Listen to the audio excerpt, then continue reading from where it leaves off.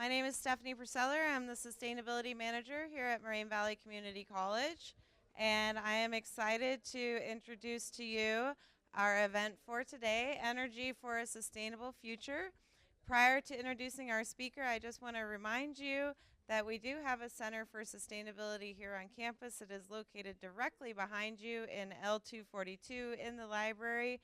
We host the Go Green Club. They do a lot of amazing things on campus, so if you are interested in getting active in a club that is focused on sustainability, please join us.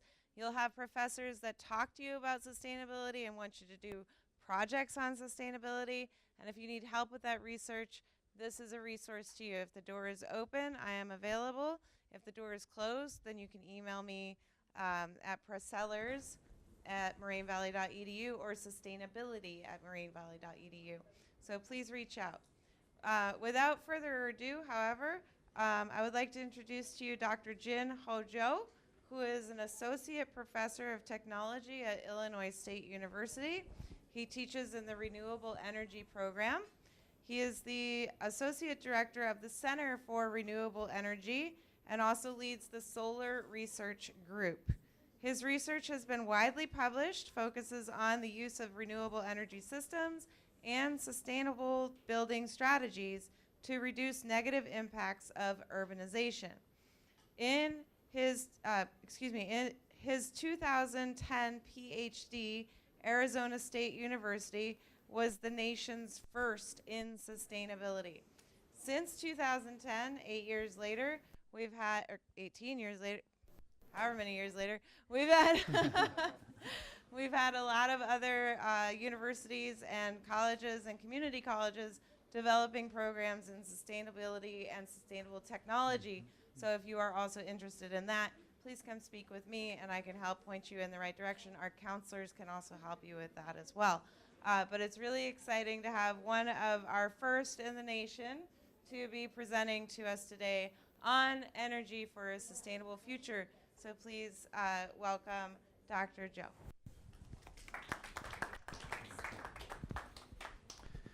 Good afternoon, everyone. I'm very thrilled to give my talk for you today. It is an exciting time to see a lot of sustainable energy-related initiatives popping up around the world, not just the U.S. And it is actually exciting time to take a look at more of the kind of opportunities like that you could find, and then maybe you could apply your background and then to contribute toward the kind of more sustainable energy systems in the future. So, like the title says, I'm going to give you more of the kind of general idea about sustainable energy future. So, before we even begin to talk about some of the options or like the ways like that we're going to make our energy system more sustainable, I'd like to discuss more about sustainability first. So we talk about sustainability, or maybe you will see a TV commercial like these days they talk about like sustainability, which is very important and so on. And then oftentimes sustainability term could be misused or overused without like the touching upon the the critical concept like the behind it. Could anybody tell me what sustainability is? Ethan? Talking about there's three different parts of it. It's the environmental part of it, the economics, and then the social justice. All right, yeah, that's great. So we actually want to address not only the kind of the environmental aspect, like that we want to touch upon, environmental aspect, social aspect, and what was the last one? Economic aspect.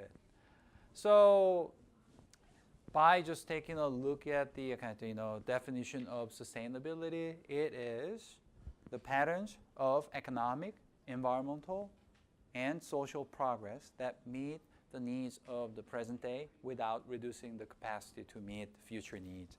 So as you highlighted, I would point out economic, environmental, and social aspect of it. But another thing, we are going to try to meet the needs of the present day. That's us.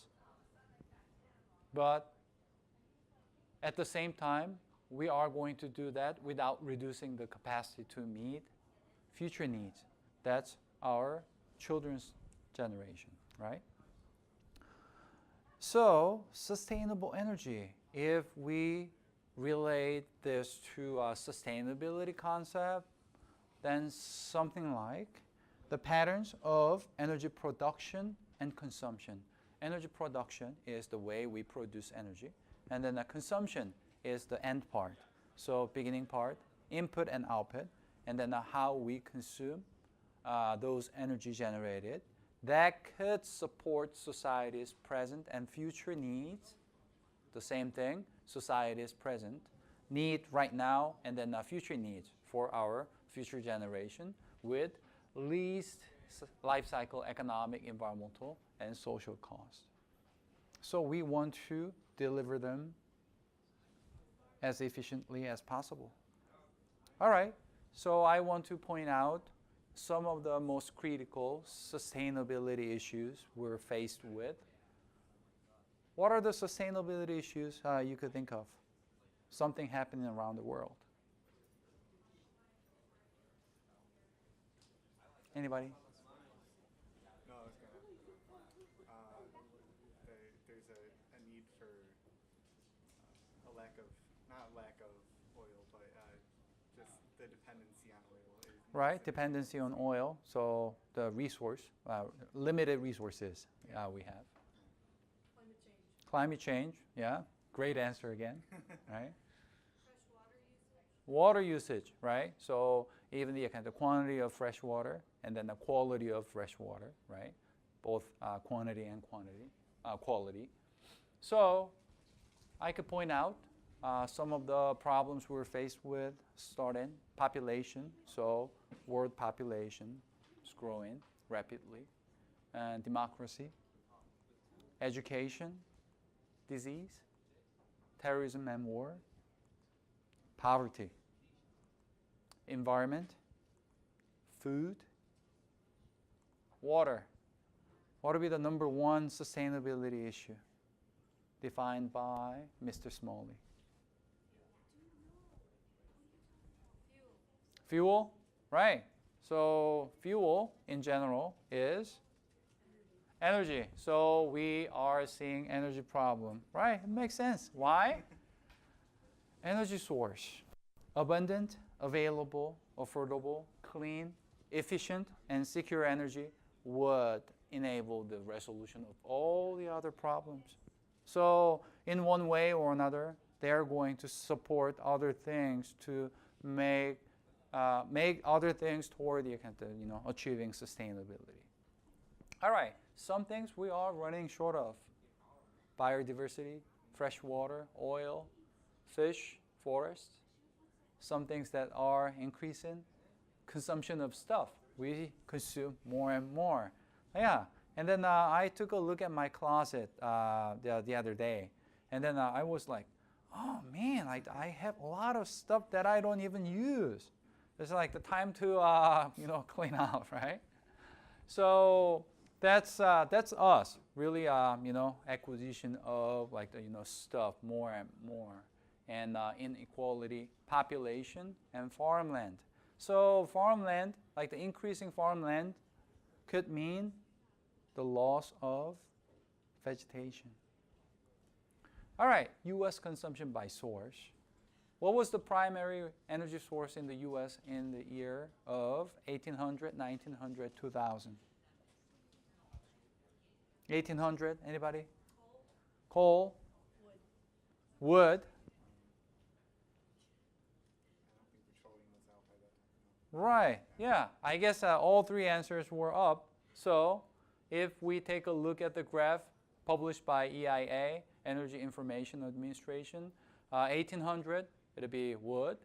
And then 1900 would be coal, somewhere around here.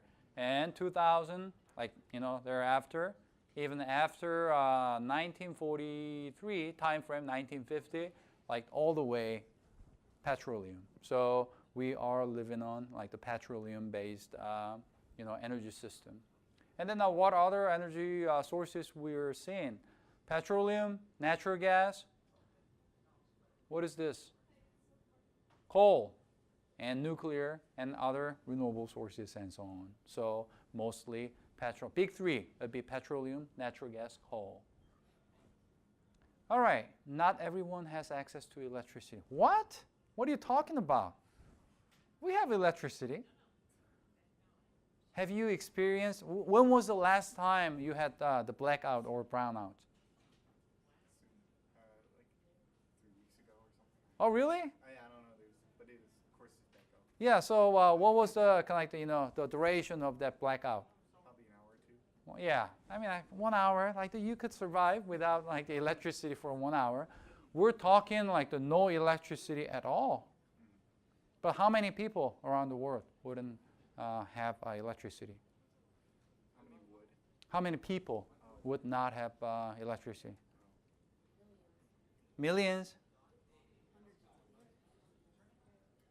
10 million? Over a billion. Yeah, it's 1.1 billion people around the world not having electricity access. So that's 14% of the global population. It's amazing, right? Like we're thinking like, wow, like we have electricity, even good one. And we're talking 14% of global population not having electricity at all, but other 86% of people having good quality electricity? Probably not. Maybe some electricity, but sometimes a lot of countries, developing countries or African countries, even if they have an access to electricity, oftentimes you're going to be faced with the quality of the supply. So sometimes like the electricity goes out, like the blackout sometimes, and then it's going to happen, or you're subject to the kind of quality, not good quality of the electrical supply. And then this is about in 1 in 5 people, mostly in sub-Saharan Africa and then developing Asia.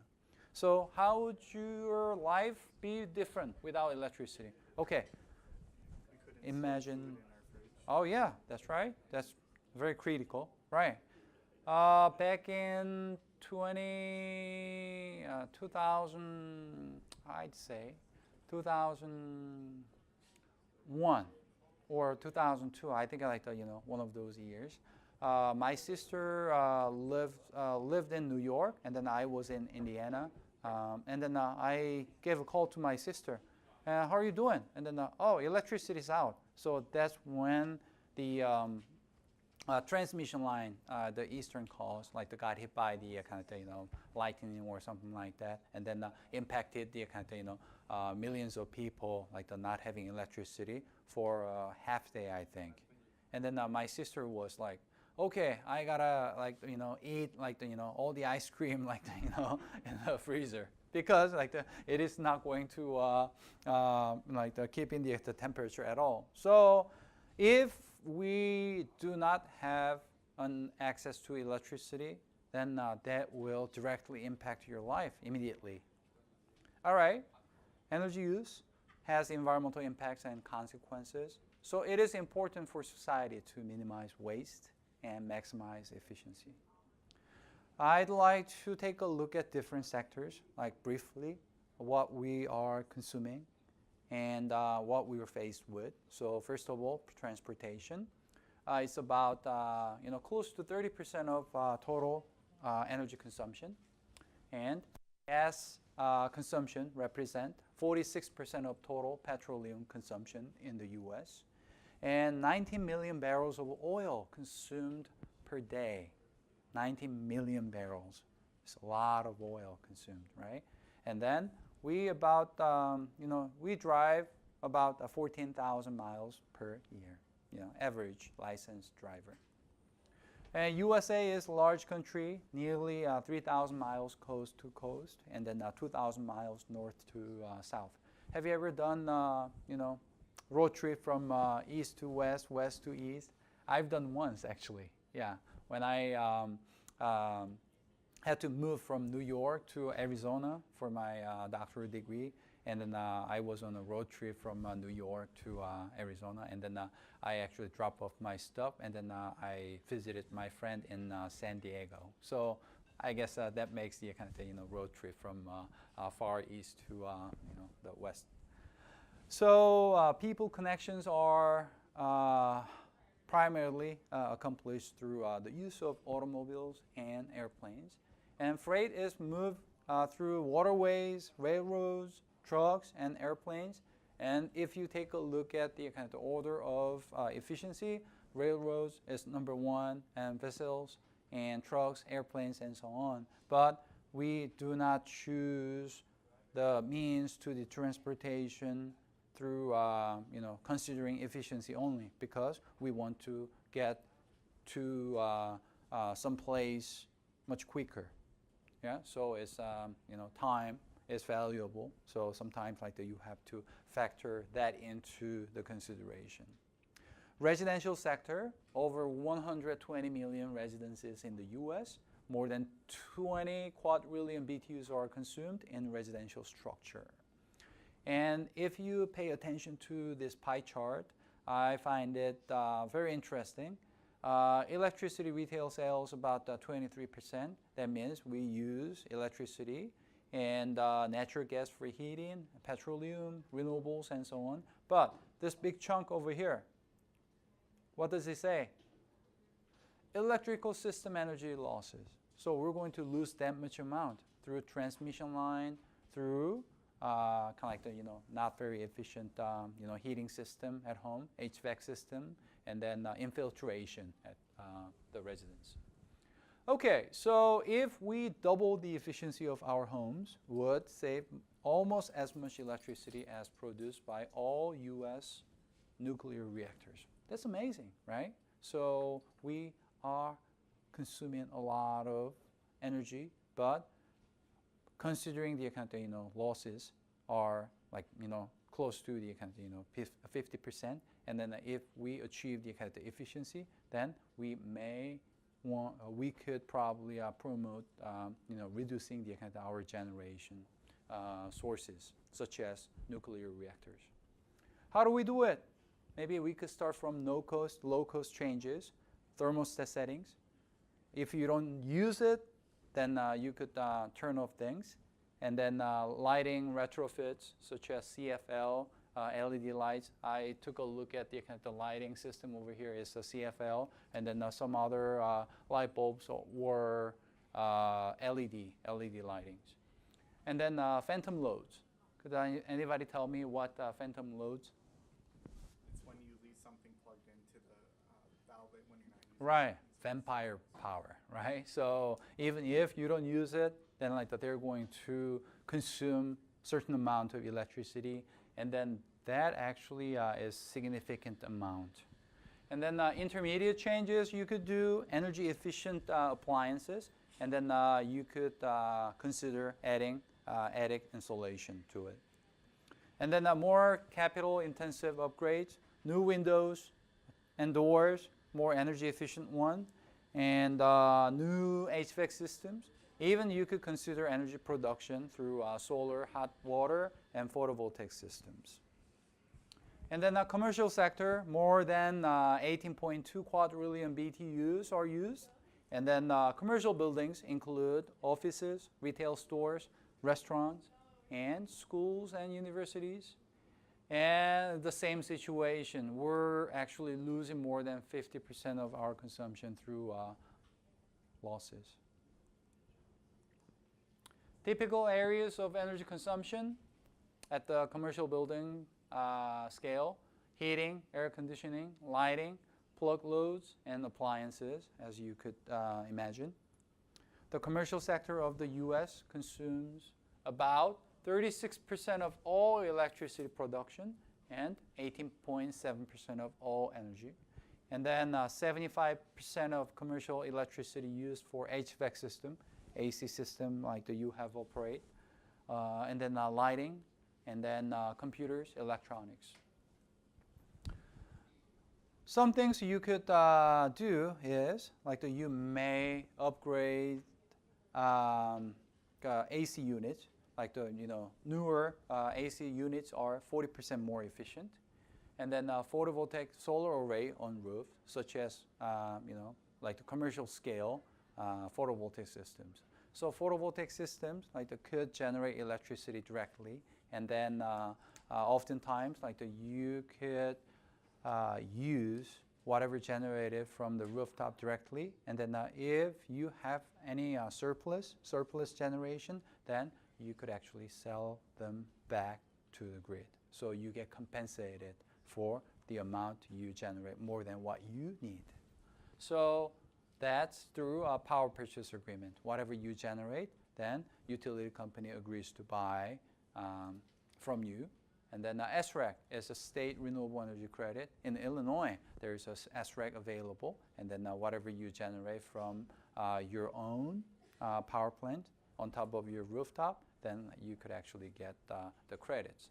And federal tax credits available, and then other incentives also available. And then lighting retrofits. And then oftentimes you will find the T12, like the outdated fluorescent light bulb. So you could consider upgrading it to CFLs or LED lights. And then overhang. Overhang is the kind of building structure, building design, where you're going to block the direct sunlight coming through the the building, which will increase your AC loads. And then daylighting reduces electric lighting usage, such as something like this. This is the the local church in the town I live, and then they have the skylights. And then this is the the Denver International Airport, where they implemented the movable the sky canopy, so you could open it up whenever you need daylighting, and then they could close that down. And then this is the more of the skylights, like the light wells, where you could implement the reflected the lighting coming into the internal space. All right, industrial sector, more than 31 quadrillion BTUs are consumed in the sector. And then if you take a look at it, 30%, more than 30% natural gas. And then electrical system energy loss, 20%. And then 26.8% of petroleum consumed. And then a little bit of renewables over there too. All right, primary materials are a big part of industrial process, right? Glass, paper, concrete, building materials, steel, other metals, and then fossil fuel processing.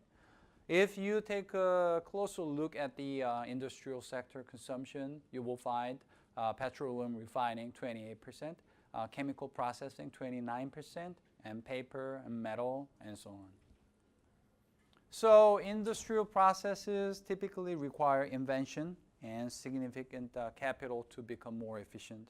It's like replacing your AC and your windows, only on a grand scale. So I am going to actually take a look at it the backwards. Why not? Why don't we reduce the the consumption from the other end, the reducing the primary materials, and at the same time reduce consumption of these materials through enhanced recycling efforts. So I want to point out some of the concerns based upon the energy availability. So like I mentioned, world export market for oil is shrinking, and coal is getting more expensive, and it's the dirtiest fuel, right? And then the older power plants are shutting down because of more stringent EPA regulation recently issued. So apparently, you could repurpose or reuse the retiring the coal power plant. And then the problem though is you're actually regulated to make the existing coal power plant much more cleaner. So that meaning like you're going to spend like more money to repurpose it and like to reuse it. And then utility companies will consider different options out there. So they would do cost-benefit analysis so they could determine whether they're going to repurpose the coal power plant, or they may decide to go to alternative options. But we are seeing oftentimes utility companies go on a different route than the repurposing it. So it's a good sign. Natural gas will not cover increased demand for transportation and electricity, even with fracking. What about the environment? Oftentimes, we do not consider environmental costs, right? So that's missing from the our current, cost-benefit analysis. And consumption of oil, oftentimes feedstocks for plastics, paints, pharmaceuticals, fertilizers, electronic components, tires, and more critical problem. Every 1 joule of food consumed in the U.S., 10 joules of fossil fuel energy to produce. So it's kind of sad. Like we are very inefficient in terms of sustaining our system right now. And other risks, rust. Most of the infrastructure we're having is built of steel and beyond original design life. So high percentage of uninspectable until leaks occur. So tricky situation. And then need to rebuild 80% of current infrastructure. So whatever happens, we have to deal with them. And maturity of workforce in the industry, high percentage of global energy workforce is too old and retiring. And then younger generations wouldn't go to the sector. They will find the alternative technology and then other the emerging technological fields. Peak oil, probably you heard about it more than once. The point in time when the global production of oil reaches its maximum rate, after which production will gradually decline. But that does not necessarily mean we're running out of oil. But it does mean the end of cheap oil. We experienced the problem multiple times. So if you have shortage of the 10 to 15%, you're going to see the gas price triple or quadruple oftentimes. And oil companies have reached the easier to reach cheap oil first. And then if it takes the energy of 1 barrel of oil to extract a barrel of oil, then further extraction is pointless. What are you going to do? You're going to spend more energy and money for what you're getting. And you're going to have subsequent impact on U.S. lifestyle. But currently, majority of Americans live in suburbs. I guess that's how how all the suburban communities are designed, and designed around personal automobile use. And over 90% of transportation in the U.S. relies on oil, although we're seeing the alternative options, hybrid cars, electric cars out there. So subsequent impact based upon U.S. lifestyle, it will leave many Americans unable to afford fuel and forced to use bicycles or electric cars, and telecommuting getting more popular and move to more rural areas. Next time I deliver my lecture, maybe we could do it remotely, right? From my office, I could give you a lecture, and then maybe we could screen it, here. Impact on U.S. lifestyle, cost of food, heating, and electricity, and then inevitable stress for low-income, low-middle-income families. All right. I am not going to introduce all of the renewable energy sources, but I want to highlight some of the renewable options such as wind, solar, and then other renewable options, hydroelectricity, more of the traditional renewable source, and biomass, and then geothermal.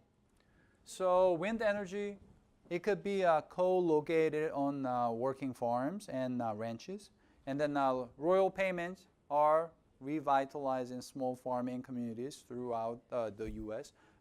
Illinois is a good example. Actually, the farmers, ranchers like to get paid by hosting like the wind turbine.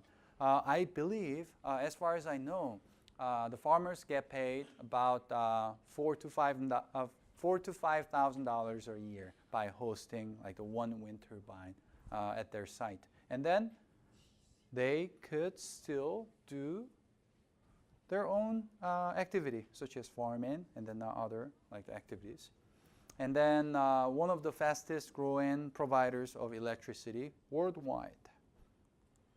And you could see this is the like the U.S. total installed wind electricity capacity and generation. The number on the left-hand side, megawatts, represent like how many wind turbines we installed. And then right-hand side, how much electricity we could generate based upon what we have installed.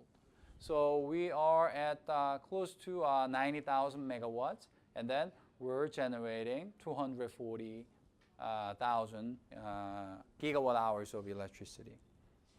And states leading wind electricity development.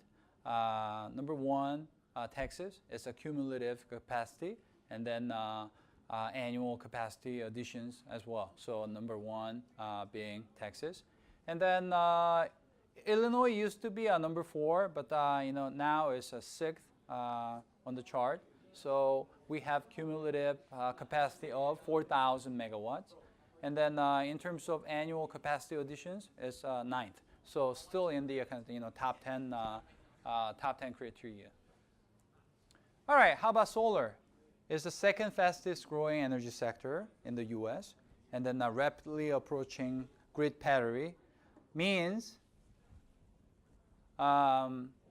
if you compare the generation cost, like it's going toward the competitive level. So whenever we consider the generation cost, then oftentimes we compare that to conventional generation, the plants such as coal, nuclear, and other things, natural gas power plants, and so on. But even with that, we're seeing actually wind being very competitive in terms of generation cost, and then solar is getting there. And major market sectors including photovoltaic, PV system, and then concentrated solar and solar thermal system. And the biggest solar market in terms of PV, we have about 45,000 megawatt installed so far, and then we're generating about 65,000 gigawatt hours of electricity. All right, this actually gives you a better idea. Actually, I saw right that side, solar thermal system installed, right? Yeah, I don't know how big the system is, but something like this. They look pretty much the same, but you see the like the smaller segments in the PV system. They are solar cells. So this is solar thermal system. This is solar PV system. So solar thermal system, you're going to use it to heat the water and then living spaces. And then this is more of the mature technology, and then it's been there for quite a while. And higher shade tolerance, and heat is all about surface area. So if you have bigger surface area, you could heat up like the greater amount of water, and works with water heater. So you don't have to completely renovate the system. You're going to put the system in conjunction with the existing the water tank, water heater system. And this system over here produces electricity directly. So electricity. So this is more of the evolving technology. And credit for excess power, like I mentioned, like if you generate more than what you need, you're going to get compensated from your utility company, depending on which utility company you're in. And store power in batteries, but more expensive option. And then ties easily into house. And this is ground mounting system for large-scale PV. I believe this is the project in California, but there are a number of utility-scale PV sites in Illinois. A good example is City Solar Site in West Pullman neighborhood near Chicago. They installed about 10 megawatt solar. It's pretty big system, and then one of the biggest urban site, the solar system. And then another one is in Streator, Illinois, which is about 17-20 megawatts. And Rockford Airport, like the recently installed about 10 megawatt system. And then University of Illinois actually installed about 5-6 megawatt system. It's a pretty good size, and then they consume electricity generated from their own sites and delivered to the university right away. And then Illinois State University is currently looking at the possibility of adopting solar technology at the ISU farm right now. All right, so to get to the point, we have an energy problem based upon what we have observed so far.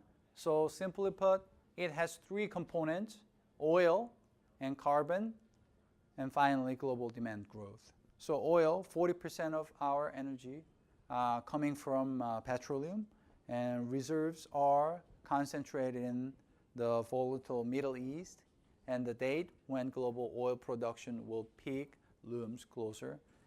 Actually, a lot of people say it's already passed a long time ago.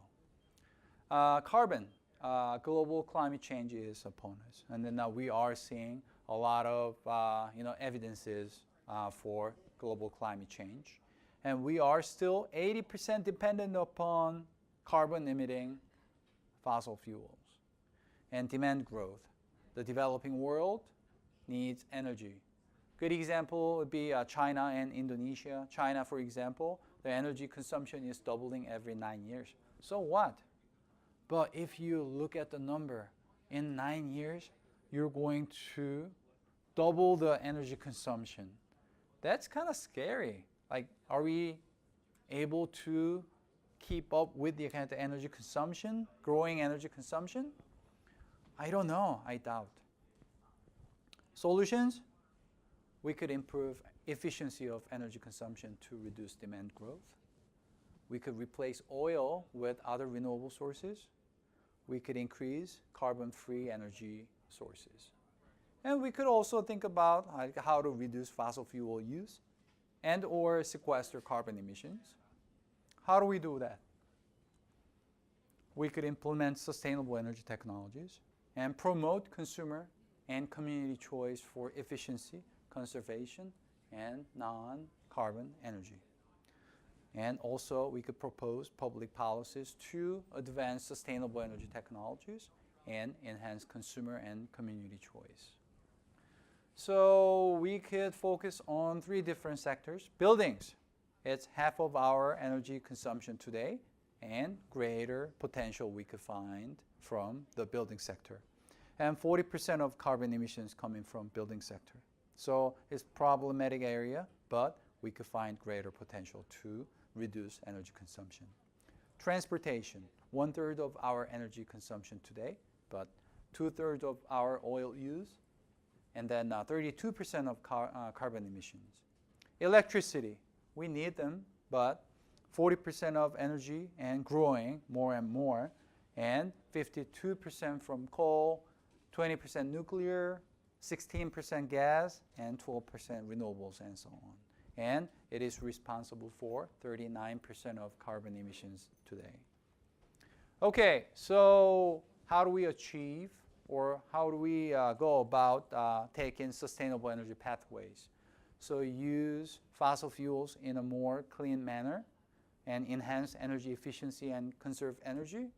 And we could also improve supply side efficiency, so more of the generation side rather than consumption side.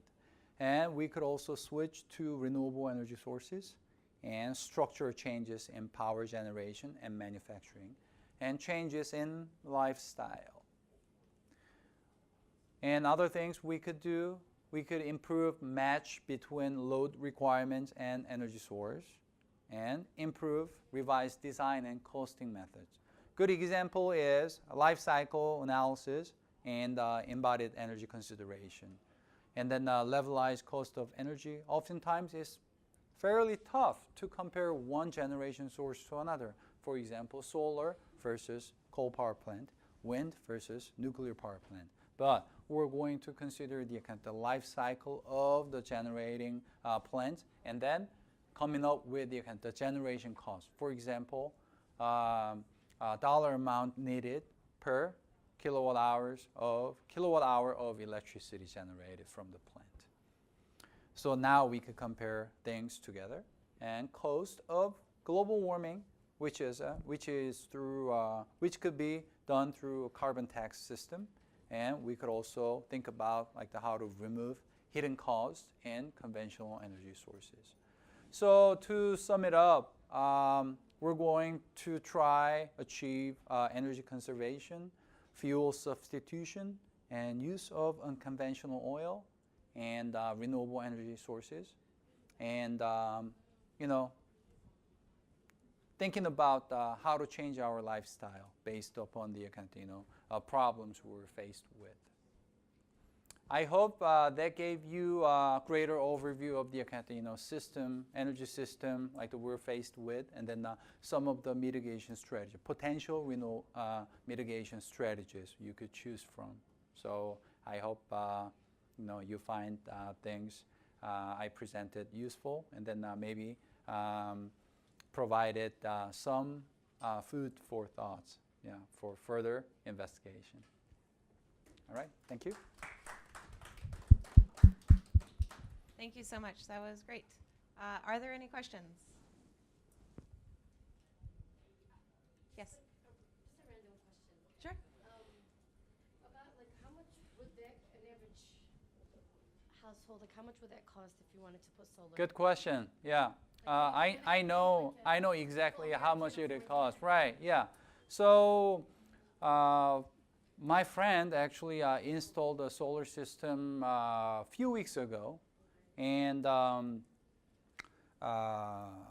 through the company who hired our graduates, from our program.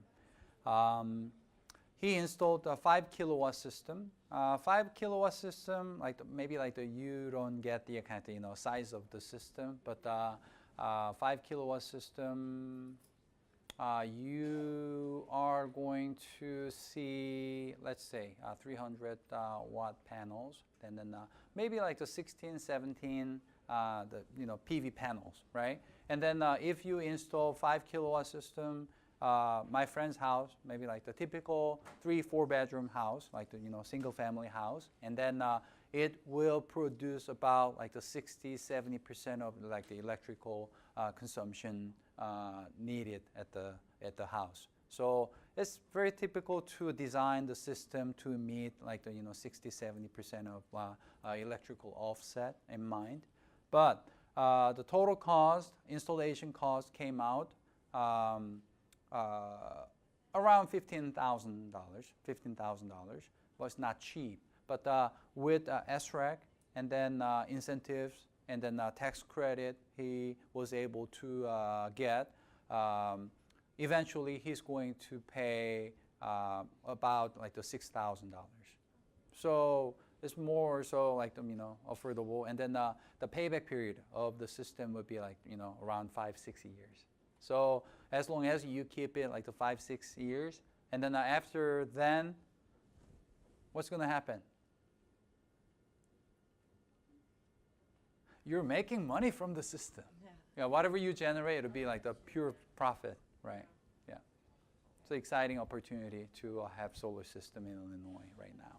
That's why we're seeing more and more solar developers and installers in the state. There's a reason, behind it. Yeah, of course. You have the local.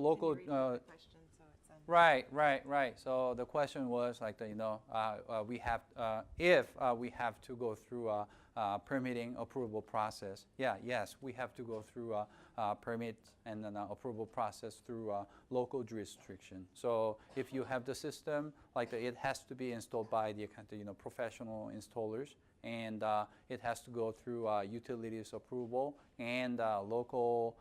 It has to meet the local building codes and everything. But it used to be a problem because renewable energy systems are something new, and then utility companies and then governmental entities were not able to find out how to approve them and then what are the permitting process and so. But now it's getting more popular, and then a lot of the local governments do know how to handle the renewable energy systems, and then they provide appropriate information regarding your system. But if you have solar developer or installer, they will take care of all the processes. Yeah.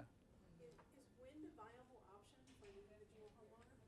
What's that? Is wind a viable option for an individual homeowner? That's a good question. The question was if wind would be a viable source for individual homeowner. It depends, but smaller scale, like the residential, commercial scale, smaller wind turbines are known to be not very economically viable at the moment because sometimes it'll be hard to find the good location to install your wind turbine because the wind turbine has to be installed at a certain height. But oftentimes you're going to face with the zoning regulation, local zoning regulation, where you're not going to be permitted to install 20-meter tower, at the site. But in terms of the utility scale wind, now we're at the point the very recognizable as a grid parity. That means you are economically viable, competing with the other generating sources. With a lot of industries in the United States taking up, our sustainable energy resources, do you think that the beef and cattle industry would be one of them? What was that? Do you think the meat and cattle industry is one of the industries that are taking up a lot of our energy? I hear a lot about the problems created by the resources, but in terms of energy, it's more of a greater resource problem.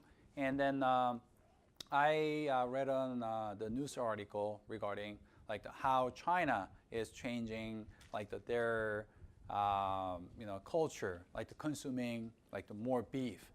They used to consume more the chicken and pork. Now they shifted their patterns toward consuming more beef.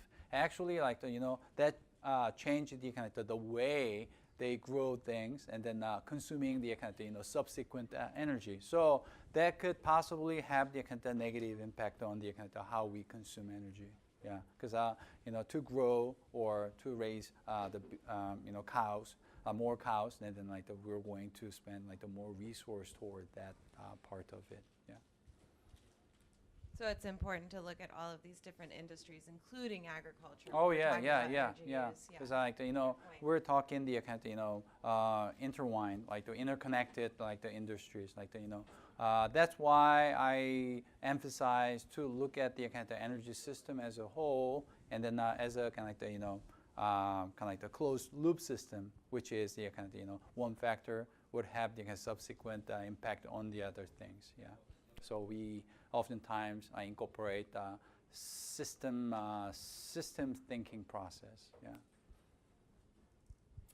That's a great process to endorse because if you don't know about systems thinking, check out Peter Senge and then start from there and keep going because it's a great way to apply all things sustainability and solutions for world's problems. So, Okay. any other questions?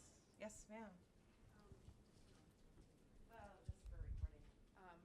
many of us, well, I don't know, many of us, I'm not a homeowner, you know, I live with my mom and dad. What are some things that we can do to help energy sustainability when we can't, you know, we don't own a home or? Oh yeah, yeah. I mean, there's a way you could contribute to. Maybe the energy conservation is one thing like that you could do. And then if you want to, purchase the electricity from solar or wind, there's a program. A lot of utilities provide the kind of clean energy program where you're going to contribute some of the electrical bill portion toward the kind of supporting like the clean energy. So even if you don't generate your own, maybe you could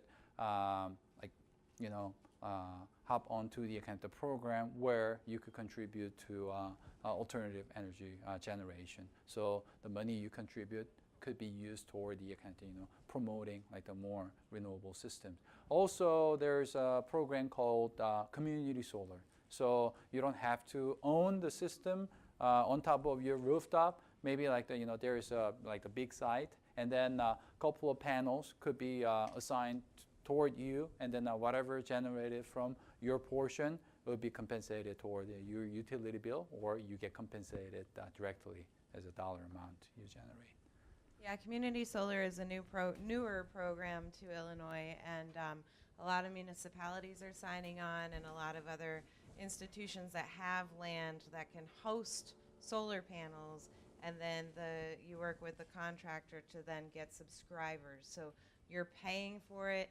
Is a line from the solar panel going directly into your house? No, but you're supporting that, and that energy is going back to the grid and taking the other energy off the grid. So, so you're still buying that renewable energy. So even if you can't afford to put the $6,000 after incentives on your house, you can still buy into that, and the rates are less than what you would be paying for traditional energy. So that's what you're talking about. And then another thing, something related to that, it's a new concept called virtual net metering. So you have one site, and then another, let's say you have two different sites, and then if you generate electricity from one site by installing solar or wind, and then that could be used or to offset your other site the electricity consumption. So it's very popular in New York and other states. Right now, I'm not sure if it's already passed in Illinois, but it's getting more popular to allow them to be flexible in terms of incorporating renewables into their system. Yeah, I don't think that's passed yet, but it is part of the legislative conversation. And so to piggyback on that, the last thing I would say to you is that if you're not a homeowner and you don't feel like you have quite the voice because you're not paying those property taxes, you still have a voice when you go on November 6th, right? And every other day we have that opportunity. Yeah. Any other questions? Great. Well, thank you so much for your time today. We really appreciate it. This was extremely informative. We hope everybody got something out of it. We have Dr. Jin's cards up here and brochures for his program. Again, if you have other questions about sustainability or careers or programs, whatever, I can help you. The librarians can help you research that. Keep us in mind as a resource. And thank you so much for your time. Thank you. Thank you.